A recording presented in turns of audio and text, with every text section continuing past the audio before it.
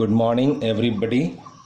Now we will be starting off with the chapter Physical World and Measurement. This is the very first chapter और exam point of view से तो ये काफ़ी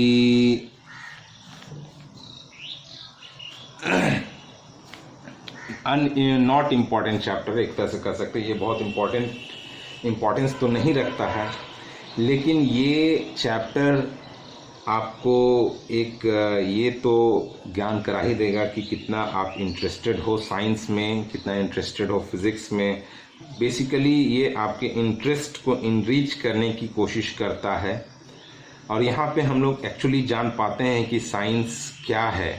और physics तो खैर उसी का एक पार्ट है, फिज़िक्स अलग से कुछ नहीं है, ये साइंस का ही एक पार्ट है। तो सबसे पहले हम लोग जानने की कोशिश करते हैं कि साइंस है क्या और उसमें फ़िज़िक्स का क्या रोल है, फ़िज़िक्स वहाँ पे कैसे फिट होता है। तो बेसिकली अगर यदि मैं साइंस की मैं बात करूं तो science is just a systematic and the organised knowledge. Science क्या है? Science is systematic and organised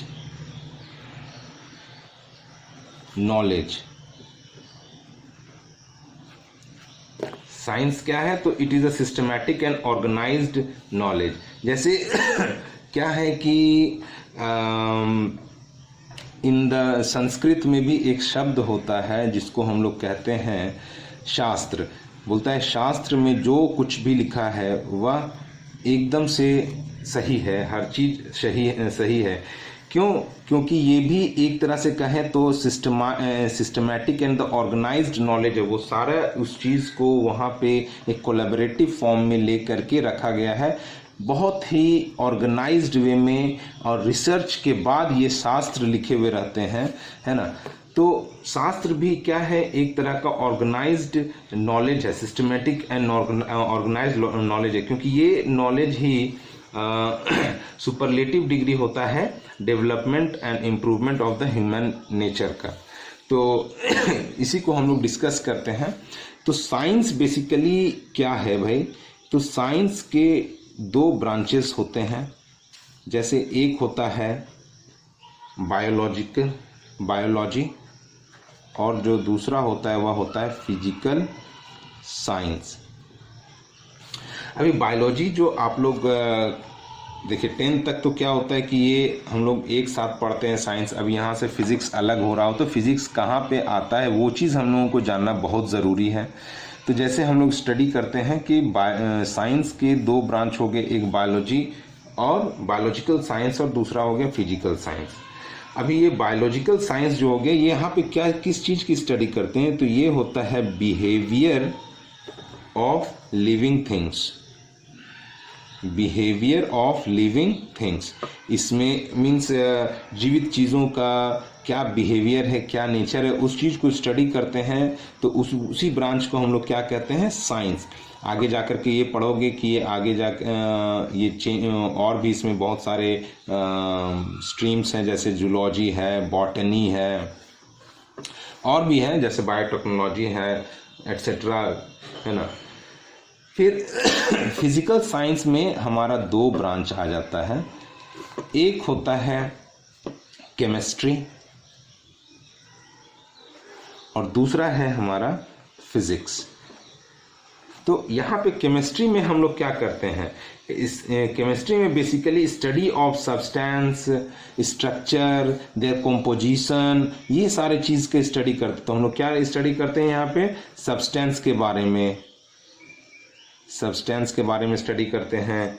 तो उसके स्ट्रक्चर के बारे में पढ़ते हैं, तो उसके कंपोजिशन के बारे में पढ़ रहे होते हैं। तो ये सारा है वो केमिस्ट्री के अंतर्गत हम लोग पढ़ते हैं। Chemistry is that branch of science where we discuss about the nature and the property of the substance, structure of that substance, what is the composition that is made up of.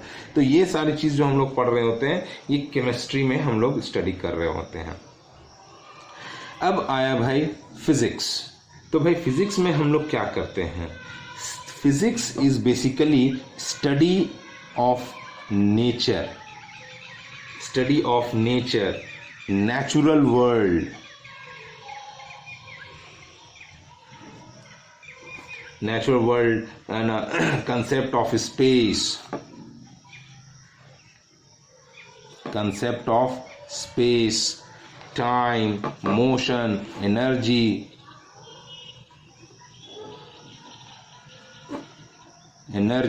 etc. तो ये अब भाई यहाँ पे क्या है भाई कि व्हाट इज फिजिक्स, तो physics is study of nature. अब ये what is study of nature है ना, तो हम लोग डिस्कस करते हैं कि हम लोग क्या नेचर में क्या स्टडी करते हैं, what we basically study in nature. तो बेसिकली एक दो लाइन में अगर मैं फिजिक्स की डेफिनेशन लिखना चाहूँ तो क्या है, तो physics is just study of nature. यही है मेन, यही स्टेटमेंट है फिजिक्स का definition. What is physics? Physics is the study of nature, that's it, है ना। अब क्या है कि नेचर इतना बड़ा है कि उसको स्टडी करने के लिए कह सकते हैं कि उसमें स्टडी करने के लिए बहुत बड़ा स्कोप है ना, जो कि सारा फिजिक्स के अंदर ही आ जाता है। तो क्या है कि नेचर है ही इतना बड़ा, है ना। और नेचर को गवर्न कौन करता है? तो ईश्वर भगवान। तो फिलहाल हम लोग देखते हैं कि व्हाट इज द, इसको हम और इन डिटेल अभी आगे बढ़ाएंगे और समझने की कोशिश करेंगे। तो फिलहाल हम लोग देखते हैं कि साइंस से ही रिलेटेड और फिजिक्स से ही रिलेटेड हम लोग ये देखते हैं कि what is the scientific method, means how to study the natural phenomena, और you can say how to study what is systematic and the organised knowledge. जो हम लोग यहाँ पे लिखे हैं कि साइंस, आखिर फिजिक्स भी तो सिस्टमैटिक एंड ऑर्गेनाइज्ड नॉलेज ही होना चाहिए, क्योंकि ये भी तो साइंस का ही पार्ट है। तो वही हम लोग कह रहे हैं कि what is the scientific method. अगर यदि कोई लॉ है तो वो हम कैसे जाने कि वो एक लॉ है, कैसे बना हुआ है एक लॉ, तो उसके बारे में हम लोग जानना चाहते हैं। तो हम लोग क्या है कि what is the scientific method,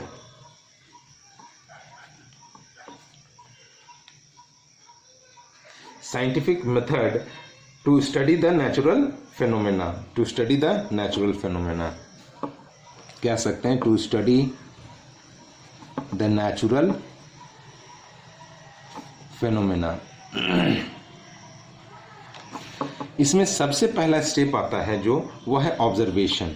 मैं एग्जाम्पल लेकर के मैं बताता चला जाऊंगा ताकि आपको समझ में आता चला जाए। जैसे ऑब्जर्वेशन में आप नियर बाय सराउंडिंग में आप बहुत सारे चीज़ को ऑब्जर्व करते हैं। जैसे ऑब्जर्वेशन में आपने देखा कि पानी बहता है, पानी ऊपर से गिरता है, बारिश होती है तो पानी ऊपर से गिरता है, तो ये चीज़ आपने ऑब्जर्व किया, दिस वॉज योर ऑब्जर्वेशन। अब उसका हम लोग फिर कंट्रोल्ड एक्सपेरिमेंट करने का कोशिश करते हैं। कंट्रोल्ड एक्सपेरिमेंट क्या हुआ भाई?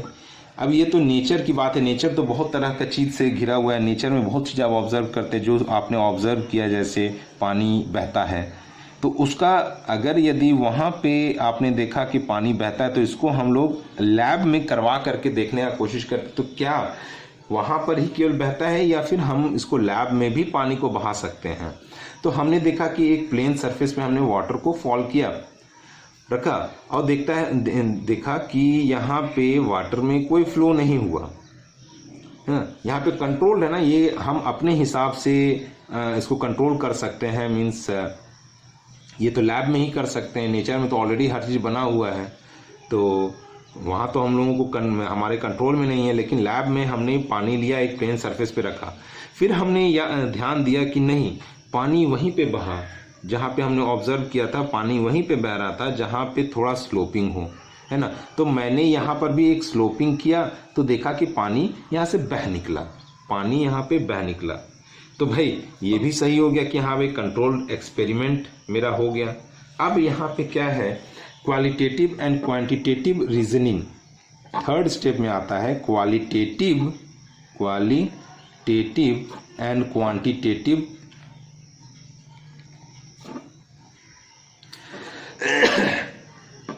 Quantitative reasoning.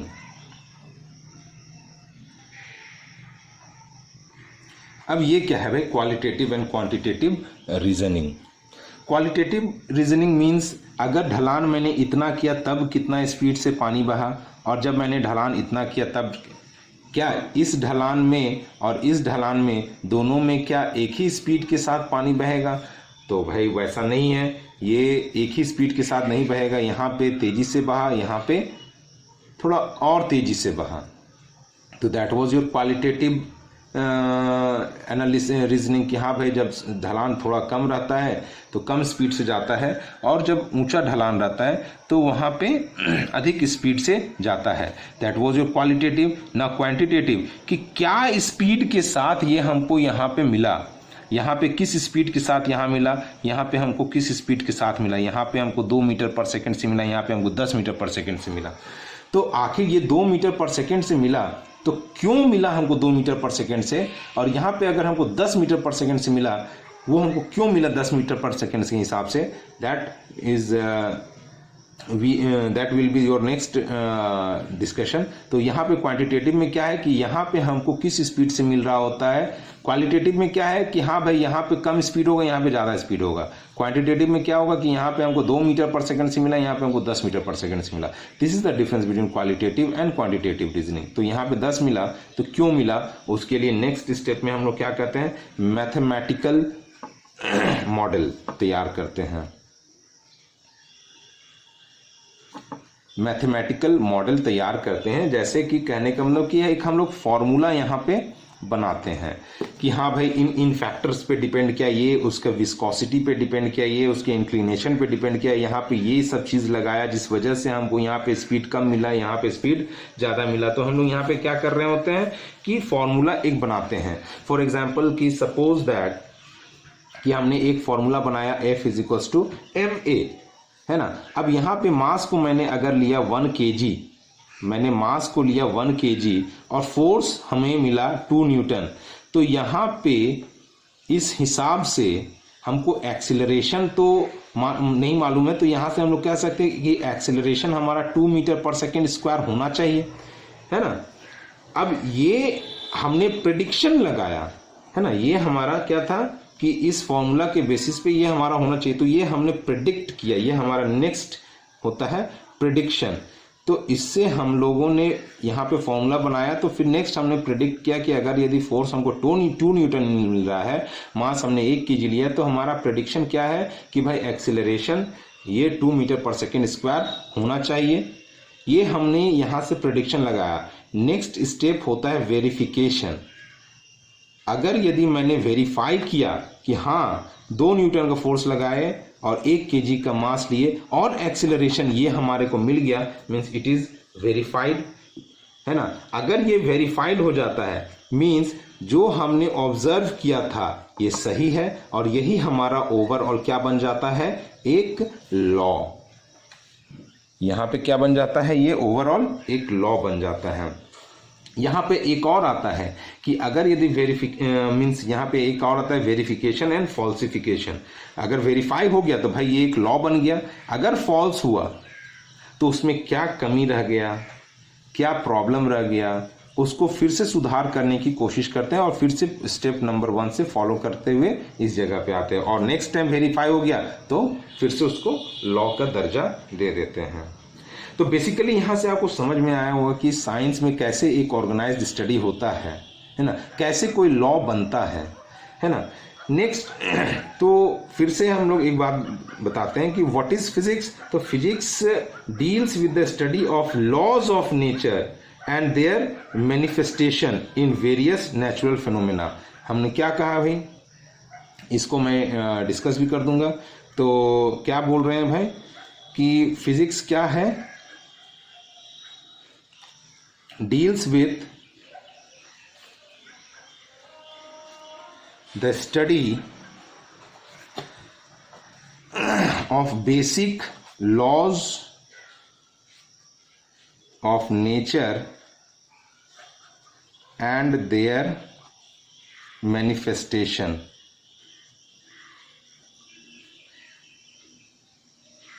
in various natural phenomena।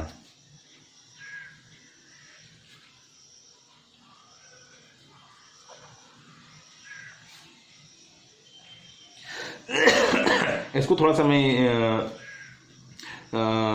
और एलाबोरेट करता हूँ, आपको शायद तब ज़्यादा अच्छा से समझ में आए कि डील्स विद द स्टडी। अभी हमारे नेचर में जैसे क्या है कि एक पानी का बहना ही एक नेचर नहीं है, जैसे कि नेचर में सब के सब किसी न किसी लॉ से बंधे हुए हैं। जैसे सन ईस्ट से निकलता है ना, ईस्ट से राइज होता है, वेस्ट पे ये हो जाता है, सूर्यास्त हो जाता है। तो उसके लिए भी एक लॉ है, वो भी एक लॉ से गवर्नड है। ऐसा नहीं है कि सन का आज मन कर रहा है तो वो वेस्ट से निकल जाए, नहीं, ऐसा नहीं हो सकता है। वो एक लॉ से बंधा हुआ है कि उसको ईस्ट से निकलना है और वेस्ट पे उसको सेट करना है। तो क्या है कि ईश्वर ने, भगवान ने इसे बनाया है और इसी को हम साइंस में, ये जैसे जो लॉ है कि भाई सन निकलेगा ईस्ट से वेस्ट पे जाएगा, है ना, ये किसने बनाया है? तो ये इसको भगवान ने बनाया है। और भगवान, हम साइंस में इसी भगवान को क्या नाम देते हैं? नेचर। इसी को हम लोग बोलते हैं नेचर। स्टीफन हॉकिंग्स जो कि काफ़ी फेमस हैं, आप भी शायद जानते होंगे कि आप इस दुनिया में नहीं रहे, है ना, उन्होंने एक बात कहा था कि भगवान ने लॉज को बनाए हैं तो वो खुद भी इन नियमों को तोड़ना नहीं चाहता है ना।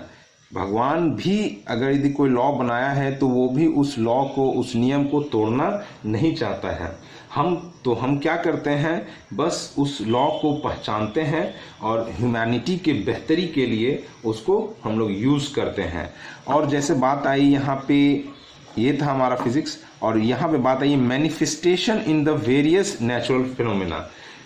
मीन्स उसका प्रभाव कहाँ दिख रहा है ना, वहाँ तक मीन्स इस कोई एक लॉ बनाया तो उसका प्रभाव कहाँ तक दिख रहा है। फॉर एग्जाम्पल, मैं एग्जाम्पल एक देता हूँ, लेट मी डिस्कस की। जैसे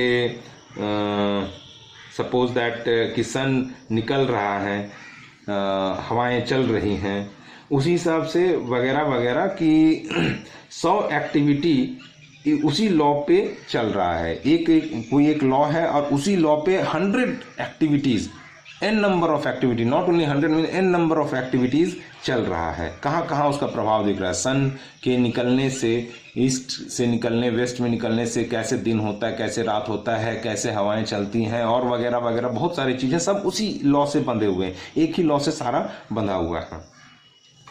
Now let us discuss about the two principal thrust area of physics.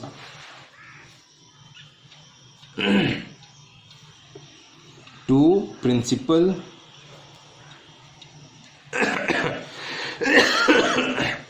thrust area.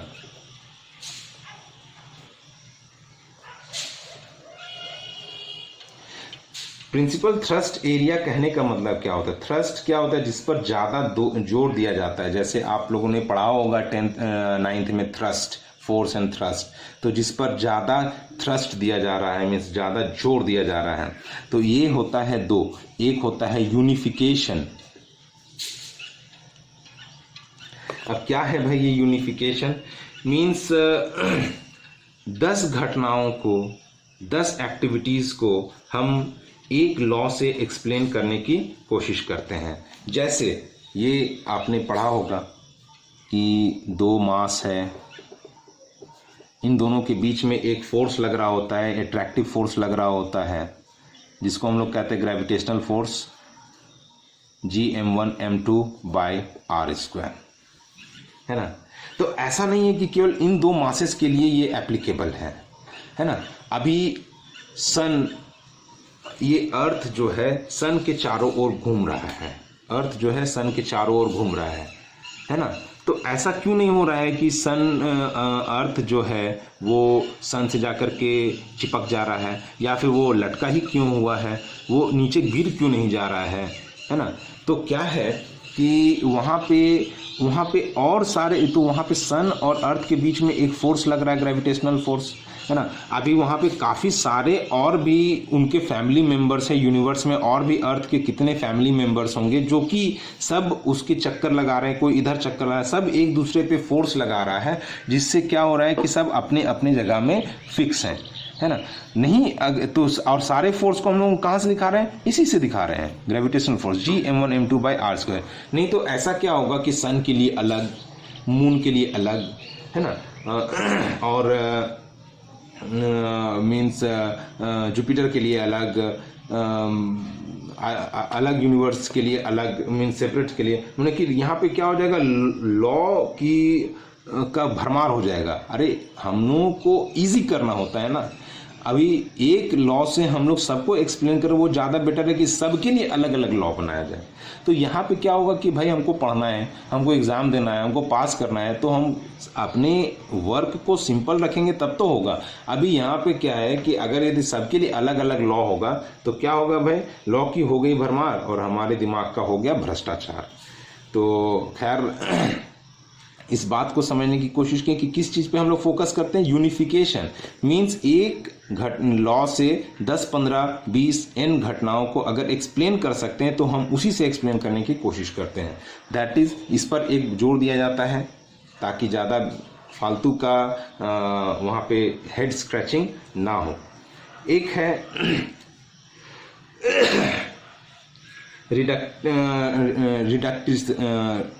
क्या है भाई, रिडक्टिनिज्म।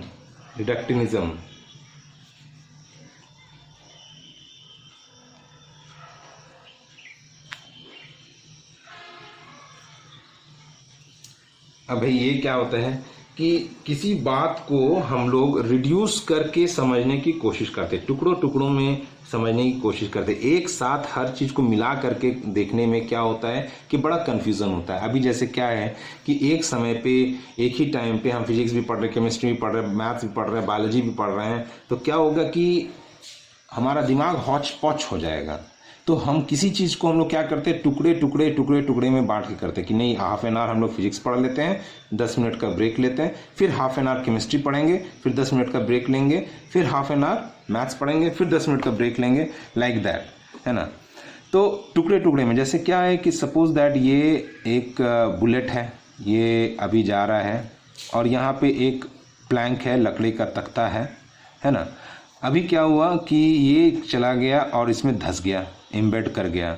अब मैं एक साथ दोनों को मिला करके देखूं तो बड़ा कन्फ्यूज़न हो जाएगा, किसी चीज़ का कैलकुलेशन करने में हमको बड़ा दिक्कत होगा, क्योंकि इसमें धंसने के बाद ये भी आगे मूव करेगा।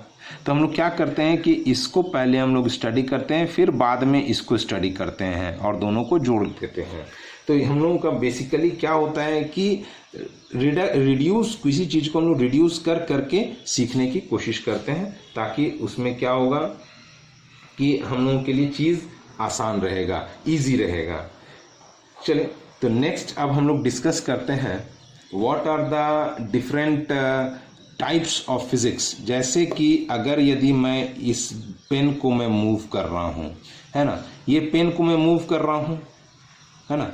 अब क्या है कि इसका मोशन और इसके अंदर में जो एटम है, उसके अंदर जो इलेक्ट्रॉन है, उसका मोशन, क्या उसका मोशन और इसका मोशन एक ही है, एक ही तरह क्या है? तो नहीं है भाई, वो एक तरह का मोशन नहीं है। इसका मोशन कुछ और होगा, उसका स्टडी कुछ और होगा, उस इलेक्ट्रॉन का स्टडी कुछ और होगा। तो दोनों सेम फिजिक्स में नहीं आ सकते हैं। तो there are 2 types of physics, basically there are 3 types of physics. तो ये जो पहला जो हम लोग देख रहे हैं, इसको जो पेन की बात किया, इसको हम लोग कहते हैं क्लासिकल फिजिक्स। क्लासिकल फिजिक्स, है ना। जो मैक्रो, इसको हम लोग कहते हैं मैक्रोस्कोपिक। मैक्रोस्कोपिक मीन्स जो बिना माइक्रोस्कोप के भी हमें दिख जाता हो, that is your macroscopic. Macroscopic जिसमें हमारा क्या आता है, मैकेनिक्स, ऑप्टिक्स, है ना, एटसेट्रा और भी हैं, है ना।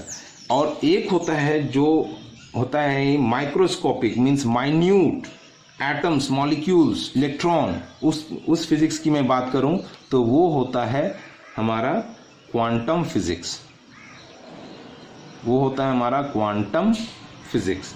तो ये किस लेवल की मैं बात कर रहा हूँ, ये है माइक्रोस्कोपिक लेवल की मैं बात कर रहा हूँ, जहाँ पे किसकी मैं बात कर रहा हूँ, माइन्यूट, और यू कैन से atoms, molecules, electrons, like that etcetera, nucleus, है ना, इस लेवल की मैं बात कर रहा हूँ।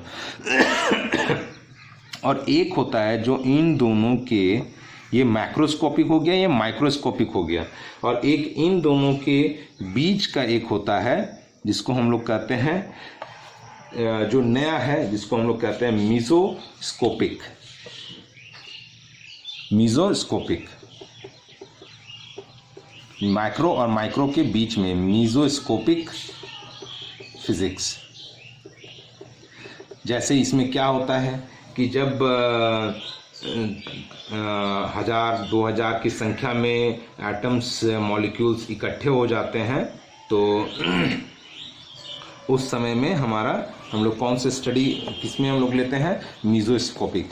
अगेन आई वांट टू से, इफ आई से something which I am not writing is also very important, है ना। तो व्हेन आई से something please make a note of that, है ना। जो कि मैं नहीं लिख रहा हूँ तो मैं बोलता चला जाता हूँ, लेकिन उसमें भी बहुत सारी बातें इंपॉर्टेंट होती हैं। जैसे मैंने ये बताया, ये कब का होता है, जब यहाँ पे 1000, एटलीस्ट 1000 नंबर ऑफ एटम्स हों, है ना। तो उस केस की मैं बात कर रहा हूँ। तो ये सारे क्या आते हैं, मीजोस्कोपिक फिजिक्स में आते हैं।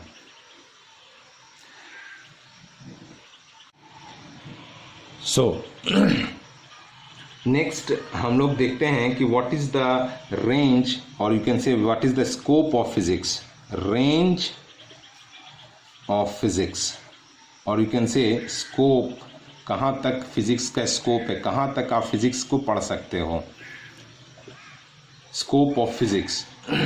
तो यहाँ पे बेसिकली हम लोग मास, लेंथ और टाइम, ये हमारा जो हो गया बेसिक चीज़ हो गया, जिसमें हम लोग किसी भी चीज़ को मेज़र कर रहे होते हैं। तो यहाँ पे अगर मैं मास की मैं बात करूँ, तो कहाँ से कहाँ तक हमारा फिजिक्स आता है, तो ये आता है 10⁻30 kg, जो कि मास ऑफ इलेक्ट्रॉन के ऑर्डर का हो गया। यहाँ से लेकर के 10⁵ kg, that is mass of universe. Means इस मास के, इस स्टार्टिंग मास से लेकर के इस मास तक हम लोग का फिजिक्स यहाँ पे वैलिड है, हम लोग यहाँ पे वर्क कर सकते हैं। आप समझ सकते हो 10⁻30 kg मीन्स वो मास ऑफ इलेक्ट्रॉन के ऑर्डर का हो गया। अगर लेंथ की मैं बात करूं तो हम लोग 10⁻14 मीटर, ये क्या होता है, size of nucleus, size of nucleus से हम लोग कहाँ तक हम लोग कह सकते हैं, इसके बारे में डिस्कस करते हैं। 10⁻26 मीटर, ये क्या हो गया, साइज ऑफ यूनिवर्स। आप समझ सकते हैं न्यूक्लियस का कितना छोटा, जो एटम के अंदर न्यूक्लियस का जो साइज है वो इतना साइज होता है। हमारा जो फिजिक्स, जो लेंथ का फिजिक्स है वो कहाँ से कहाँ तक वैरी करता है, 10⁻14 to 10⁻26। This is the size of the universe. You can't imagine so big, कितना स्कोप है आपका, यहाँ तक आप वर्क कर सकते हो। और टाइम की मैं बात करूँ तो हमारा टाइम है 10⁻22 सेकेंड। इसके बारे में मैं बताता हूँ, 10⁻18 सेकेंड। ये आप समझने की कोशिश करिए, ये क्या है 10⁻22 second. Light, in this time light passes the nuclear distance में, एक न्यूक्लियर साइज को पास करने में जो लाइट को समय लगेगा, वो समय से लेकर के, this is your life of sun. Life of sun means ये light passes through nuclear distance.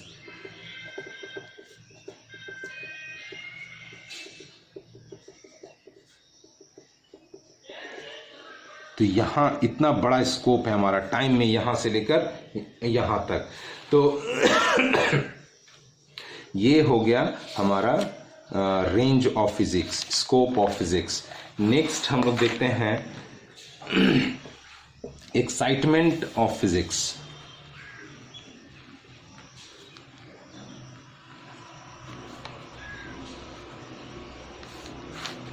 Physics में क्या एक्साइटमेंट है, अभी देखोगे कि आप रोज रोज नए चीज का निर्माण होता है ना। पहले लोग टीवी पे हर चीज़ देखते थे, अभी सारे चीज़ को मोबाइल में देखते हैं। Mobile is getting now more powerful than any other devices. Computer से भी ज़्यादा पावरफुल होते चला जा रहा है। हम लोग हर चीज़ अब मोबाइल से कर रहे हैं, आप पढ़ाई भी मोबाइल से कर रहे हो, है ना। इतना बड़ा ये सारा चीज़ जो हो गया, ये सारा का सारा रोज नई नई चीज़ का। जैसे बीच में एक बात भी चल रहा था कि एक ऐसा मशीन बनाना चाहते हैं कि यहाँ पे लैब में मैंने उसको रखा, एक बॉडी को रखा और उसको with in a fraction of second export कर दिया। कहाँ पे? यूएसए, है ना। With in a fraction of second वो यूएसए में के लैब में पहुँच जाएगा। अभी तक ये सब हुआ नहीं है, लेकिन इन द नियर फ्यूचर पता नहीं, गॉड नोज। फिलहाल कोरोना का मेडिसिन ही बना दे, वही बहुत बड़ी बात है। But these are the excitement of physics कि हर रोज़ नई बातें, हर रोज़ नई चीज़, हर रोज़। आज MI Note 8, Note 9, Note 10, एक समय ऐसा आएगा कि आप बस सोचोगे और आपका सपोज नेट की मैं बात करूँ, इंटरनेट स्पीड की मैं बात करूँ, एक समय ऐसा आएगा कि आप जस्ट सोचे और आपका पेज खुल गया, है ना। क्या पता, गॉड नोज कि क्या क्या होने वाला है in the near future. These all are the excitement of physics.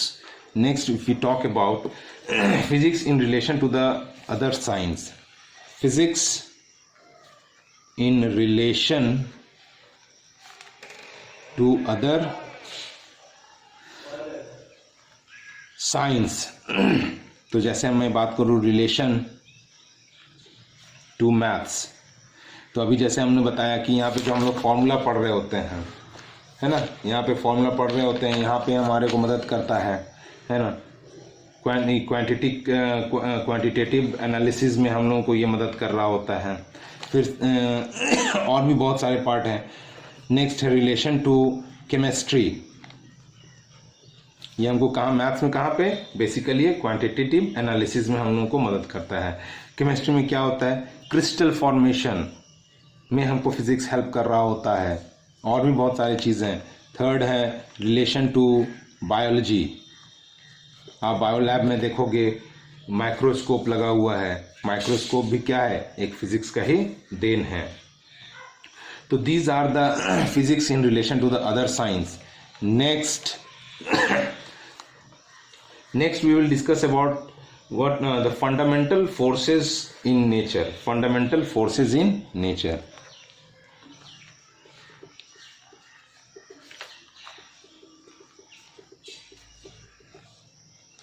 What are the fundamental forces in nature? आपको जान के ये अजूबा लगेगा, लेकिन आपको शायद मैं आपको बता दूं कि पूरे अभी तक मात्र 4 ही तरह के फोर्स होते हैं। केवल 4 तरह के ही फोर्स होते हैं। और वो कौन कौन से फोर्स हैं मैं आपको बतलाता हूँ। एक है ग्रेविटेशनल फोर्स, जो बोला फंडामेंटल फोर्स। बाकी सारे जितने फोर्स है सब इन्हीं फोर्स में ही बंधे पड़े हैं। कोई ये होता है, कोई पहला है, कोई दूसरा है, कोई तीसरा है, कोई चौथा है, लेकिन सब के सब इसी में बंधे पड़े हुए होते हैं। जैसे एक होता है ग्रेविटेशनल फोर्स, जो कि F = आपने पढ़ा होगा, जैसे ये 2 मास है ना। ये ऑलवेज अट्रैक्टिव होता है। ये सेंट्रल फोर्स होता है। सेंट्रल फोर्स क्या होता है कि ये मास का सेंटर मान लेते हैं यहाँ पे, और ये मास का सेंटर मान लेते हैं यहाँ पे। इस लाइन को ज्वाइन करेंगे तो जो फोर्स लगने वाला है अट्रैक्टिव फोर्स, ये इसी लाइन पे लगेगा, ये नहीं कि किसी और दूसरे लाइन पे। यहाँ पे आपको समझ में ना आए तो ऐसे में समझाने की कोशिश करता हूँ कि सपोज दैट एक ब्लॉक ये है, एक ब्लॉक ये है। इसका मास सेंटर का मास यहाँ पे और इसका सेंटर का मास यहाँ पे। तो ऐसा नहीं है कि ये फोर्स ऐसे लगेगा, ये फोर्स ऐसे नहीं लगेगा, ये दिस इज गलत, दिस इज रॉन्ग। फोर्स कैसा लगेगा? इस लाइन में लगेगा, ये ऐसे, ये ऐसे, ये सही हुआ। है ना। तो this is a central force. तो ये होता है F is equal to G m1m2/r²। और ये आगे और जाकर के पढ़ोगे, इसी को हम लोग कहते हैं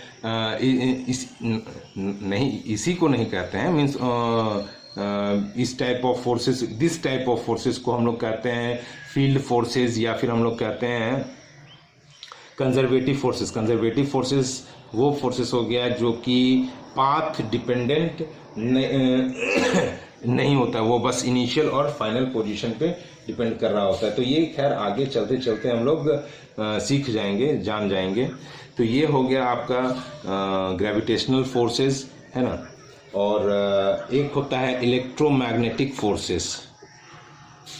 इलेक्ट्रोमैग्नेटिक फोर्स ये होता है F is equals to Q1 Q2 by, हाँ ये मैं छूट गया, 1/4πε0 Q1 Q2/r²। फिर एक और बात इन दोनों के बारे में, ये दोनों होते हैं लॉन्ग रेंज फोर्सेस। ये लॉन्ग रेंज फोर्सेस होते हैं, ये बड़े बड़े रेंज में ये लग रहे होते हैं, जैसे सन हो गया, अर्थ हो गया, है ना। ये सब बड़े लॉन्ग रेंज फोर्सेस हो गए। और एक होते हैं जो शॉर्ट रेंज फोर्सेस होते हैं। शॉर्ट रेंज में जब तक वो उतने मिनिमम डिस्टेंस पे पहुंच नहीं जाते, वो फोर्स एक्टिवेटी नहीं हो पाता है ना। वो सारे फोर्स के बारे में हम लोग डिस्कस करते हैं। तो तीसरा तरह का जो फोर्स होता है वो होता है strong nuclear force. Strong nuclear force, strong nuclear force जो कि एक शॉर्ट रेंज फोर्स है। और एक होता है वीक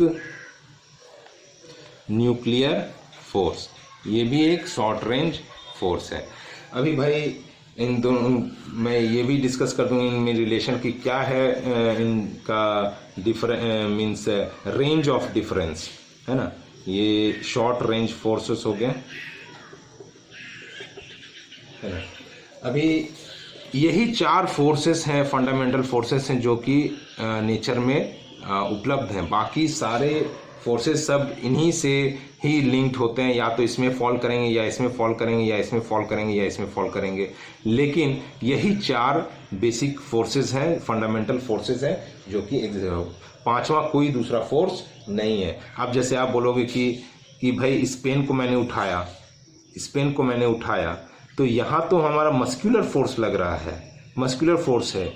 लेकिन यहाँ पे अगर आप उसको आगे इंटरवीन करोगे और आगे ध्यान से समझने की कोशिश करोगे, तो ये पता चलेगा ये इस पार्ट में फॉल करता है, ये यहाँ पे फॉल करता है, इलेक्ट्रोमैग्नेटिक फोर्स में फॉल करता है ना। देखिए इन डिटेल में नहीं जा रहा हूँ, बिकॉज जस्ट ये सब आपके क्वेरीज को बढ़ाएगा, इंटरेस्ट को बढ़ाएगा, ताकि आप उस चीज़ को जानने के लिए उत्सुक रहें। और आगे आने वाले दिनों में ये सारी चीज़ जब एक एक करके वापस आएंगे, तब आपको समझ में आए। ये ना कि सर इसको फिर से एक्सप्लेन कीजिए, इसको फिर से एक्सप्लेन कीजिए, ये नहीं। अभी सारी उत्सुकता को बढ़ाइए, और धीरे धीरे जब क्लास में जब हम लोग आगे बढ़ेंगे, तो सब चीज़ एक एक करके हम लोग सीखना स्टार्ट करेंगे। एक्साइटमेंट को बढ़ाएं अपना, ठीक है।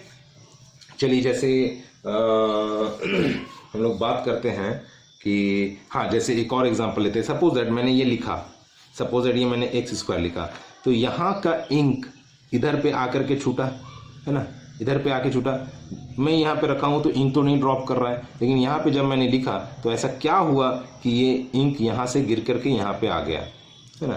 तो यहाँ पे आप कह सकते हो कि ये जो यहाँ पे लगा, एक फ्रिक्शन यहाँ पे आया, जिस वजह से यहाँ का जो एटम मीन्स ये जो मॉलिक्यूल्स है यहाँ पे आपस में चार्ज्ड हो गए, और जिसकी वजह से ये अपना फोर्स यहाँ पे एक्ट करना स्टार्ट हुआ इन पेपर और इस इंक के मॉलिक्यूल के बीच में, और ये इंक यहाँ पे छूटता चला गया। और ये किस में आते हैं, तो ये भी एक इलेक्ट्रोमैग्नेटिक फोर्स के अंतर्गत ही आता है, ठीक है। तो अब हम लोग डिस्कस करते हैं स्ट्रॉन्ग न्यूक्लियर फोर्सेस में थोड़ा, और वीक न्यूक्लियर फोर्सेस में थोड़ा। तो जैसे कि अभी हम लोग पढ़े कि एक एटम न्यूक्लियस के अंदर, एक न्यूक्लियस के अंदर जैसे 2 प्रोटॉन हैं। अभी हम लोगों ने पढ़ा है कि 2 प्लस चार्जेस आपस में रहेंगे तो ये एक दूसरे को रिपेल करेंगे, एक प्लस एक माइनस रहेगा तो एक दूसरे को अट्रैक्ट करेगा। तो भाई ये 2 प्लस इस न्यूक्लियस के अंदर है, लेकिन फिर भी अच्छे से है। ऐसा नहीं है कि ये दोनों में अगर यदि देखा जाए तो एक रिपल्सन फोर्स लग रहा होगा, जिस वजह से ये इसको तोड़ करके निकलना तो चाहेंगे लेकिन ये निकल नहीं पाते हैं। और ऐसा नहीं है इन दोनों के बीच में क्या अट्रैक्टिव फोर्स, एक ग्रेविटेशनल फोर्स लग रहा होता है। ऐसा नहीं कि ग्रेविटेशनल फोर्स इतना बड़ा फोर्स है। एक चीज़ और मैं आप जान लो कि इन चारों में सबसे वीक फोर्स है ये ग्रेविटेशनल फोर्स, वीकेस्ट फोर्स है ना। तो इन दोनों के मास के बीच में जो फोर्स लगा वो उतना काबिल नहीं है कि ये इलेक्ट्रोस्टैटिक फोर्स को या इलेक्ट्रोमैग्नेटिक फोर्स जो यहाँ पे लग रहा है उसको बचा ले जाए, है ना। ऐसा नहीं है कि ये उसको होल्ड कर पाएगा, उसको होल्ड नहीं कर पाएगा वो। तो आखिर यहाँ पे क्या ऐसा हो रहा है कि तब भी ये इलेक्ट्रोस्टैटिक फोर्स होने के बाद भी, ये रिपल्सन फोर्स होने के बाद भी दोनों एक साथ हैं, एकजुट हैं, अलग नहीं हो रहे हैं। तो यहाँ पे आता है ये इन दोनों के बीच में बहुत ही छोटा स्मॉल डिस्टेंस रहता है, तब यहाँ पे एक स्ट्रॉन्ग न्यूक्लियर फोर्स डेवलप करता है। जो फोर्स इसको बाइंड करके रख रहा है ना, जो फोर्स इसको बाइंड करके रख रहा है वही है हमारा स्ट्रॉन्ग न्यूक्लियर फोर्स। ये स्ट्रॉन्ग न्यूक्लियर फोर्स इसको बाइंड करके रख रहा है। यही हो गया तीसरे तरह का फोर्स। नेक्स्ट है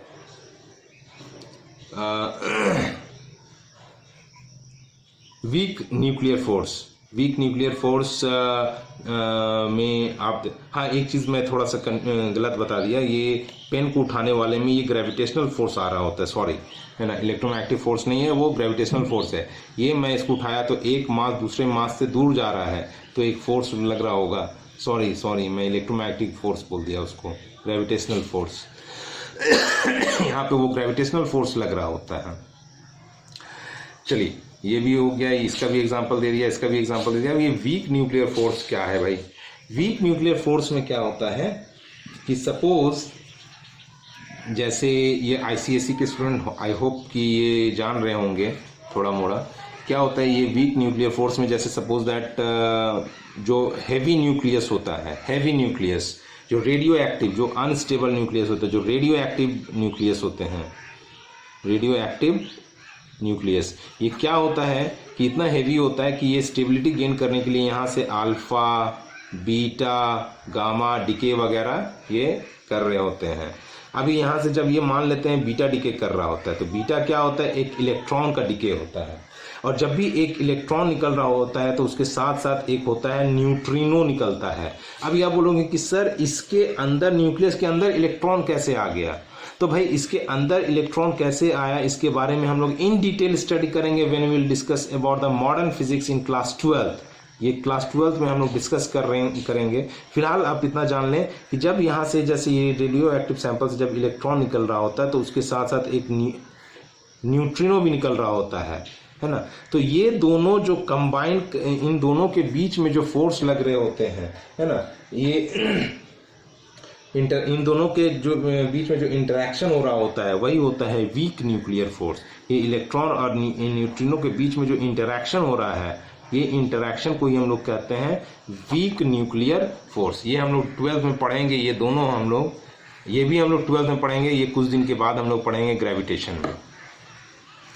तो ये इतने तरह के फोर्स होते हैं, ये फंडामेंटल फोर्सेस होते हैं। और ये कहाँ पे स्ट्रॉन्ग न्यूक्लियर फोर्सेस कहाँ आया, वीक न्यूक्लियर फोर्सेस कहाँ आया, ये आई होप कि यहाँ से आपको कुछ हद तक थोड़ा सा आपके दिमाग में गया होगा कि ये कहाँ से आ रहे हैं। नेक्स्ट है कि there are some conservation laws in physics. Conservation law means किसी भी कीमत पे ये चेंज नहीं करेंगे, ये कंजर्व ही रहेंगे। कंजर्वेशन लॉज इन फिजिक्स, जैसे पहला है या इसको कह सकते हैं, इसको स्टेटमेंट, इसका सिंपल डेफिनेशन दे सकते हैं कि some quantity remains unchanged with time. ये क्या है भाई? Some quantity remains unchanged with time. तो पहला है जैसे लॉ कंजर्वेशन ऑफ एनर्जी। जैसे इसमें क्या होता है कि एनर्जी को ना तो हम बना सकते हैं ना ही हम बिगाड़ सकते हैं, बस एक फॉर्म से दूसरे फॉर्म में हम लोग कन्वर्ट कर सकते हैं। यही है हमारा law of conservation of energy. एक होता है law of conservation of linear momentum. Law of conservation of linear momentum ये क्या कहता है कि जब भी कोई एक बॉडी चल रहा होता है तो इसका मोमेंटम कभी भी बदलेगा नहीं जब तक हम इस पे एक एक्सटर्नल से फोर्स ना दे दे। मीन्स अगर ये चल रहा है तो अपने मोमेंटम को मेंटेन रखेगा, लेकिन अगर हम इस पे बाहर से फोर्स दे दिए तो इसका चेंज कर जाएगा। लेकिन जब तक हम फोर्स ना लगाएं मोमेंटम इसका हमेशा कंजर्व रहेगा। यही होता है law of conservation of linear momentum. तीसरा है law of conservation of angular momentum. ये लीनियर की बात हो गई। इसी तरह से मान लेते हैं अगर कोई रोटेट कर रहा है ना, रोटेट कर रहा है तो यहां पर भी ये रोटेट कर रहा है तो अपने रोटेशन को मेंटेन रखेगा, रोटेशन को मेंटेन रखेगा। ये तब तक मेंटेन रहेगा जब तक हम बाहर से इसमें जो एंगुलर फोर्स, जैसे जब लीनियर चल रहा होता है तो लीनियर फोर्स, जब एंगुलर चल रहा होता है तो एंगुलर फोर्स, जिसको हम लोग टॉर्क कहते हैं, आगे हम लोग डिस्कस करेंगे रोटेशनल मोशन में। जब तक वो ना लगे तब तक ये अपने एंगुलर मोमेंटम को मेंटेन रखेगा, वो चेंज नहीं करेगा। और एक होता है law of conservation of charge, माने कि चार्ज, किसी भी बॉडी का जो चार्ज है वो ऑलवेज कंजर्व्ड रहेगा, या कह सकते हैं summation the algebraic sum of all the charges in a body is zero. Zero कहने का मतलब क्या है, जितना प्लस उतना minus, means overall net charge is conserve, change नहीं करेगा। जैसे फॉर एग्जाम्पल अगर मैं ये दोनों हाथ को रब किया, अगर इसने 5 कूलम गेन किया तो इसने 5 कूलम लूज किया, है ना। लेकिन overall what is the net charge? Net charge is zero. Net charge means the summation of all the charges is always zero, या कह सकते हैं कि चार्ज इज कंजर्व। मीन्स अगर यदि ये गेन कर रहा है चार्ज तो ये लूज कर रहा है चार्ज, है ना। इस एक बॉडी से दूसरे बॉडी में मैं चार्ज को ट्रांसफर कर सकता हूं और वो हमेशा सेम रहेगा, वो बदलेगा नहीं। Thank you. This was the introduction to the first chapter. I hope you all like it.